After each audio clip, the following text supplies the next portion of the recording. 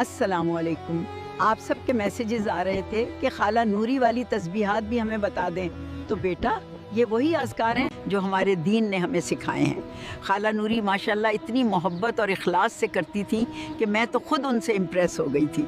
एक ही वीडियो में सब कुछ बताना मुश्किल है, इसलिए मैं नमाज फ़जर, फिर ज़ोहर, फिर असर के अज़कार अलग अलग पार्ट्स में बनाकर आपको बताऊँगी। ये तस्बीहात रिज़्क़ में बरकत, घर में सुकून, दिलों में मोहब्बत और आखिरत के दर्जात का ज़रिया बनते हैं। बस शर्त ये है कि इन्हें पूरे इखलास के साथ पढ़ा जाए, ना दिखावे के लिए ना लालच के लिए। लोगों को नेकी की तरफ बुलाएं, लेकिन ये मत बताएं कि आप कितनी मर्तबा पढ़ते हैं, क्योंकि फिर दिल में दिखावा आ जाता है और दिखावे के साथ पढ़ा हुआ जिक्र कबूल नहीं होता। अब आ जाएं खाला नूरी की पहली तस्बीह पर, जो फजर की 2 सुन्नत अदा करने के बाद वो 100 मरतबा ये पढ़ती थी। सुब्हानल्लाहि व बिहम्दिही सुब्हानल्लाहिल अज़ीम व बिहम्दिही अस्तगफिरुल्लाह।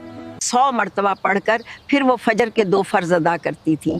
फ़र्ज़ अदा करने के बाद वो 1 मरतबा आयतुल कुर्सी पढ़ती थी। उसके बाद सूरतुल इखलास 3 मरतबा, सूरतुल फल्क 3 मरतबा और सूरतुन नास भी 3 मरतबा पढ़ा करती थी।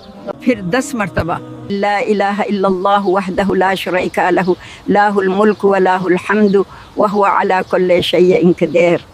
और उसके बाद वो 7 मरतबा ये पढ़ती थी, हस्बी अल्लाहु ला इलाहा इल्ला हुवा अलैहि तवक्कलतु व हुवा रब्बुल अर्शिल अज़ीम। वीडियो लंबी हो जाएगी, इसलिए फजर के बाकी अज़कार में अगले पार्ट में बताऊंगी।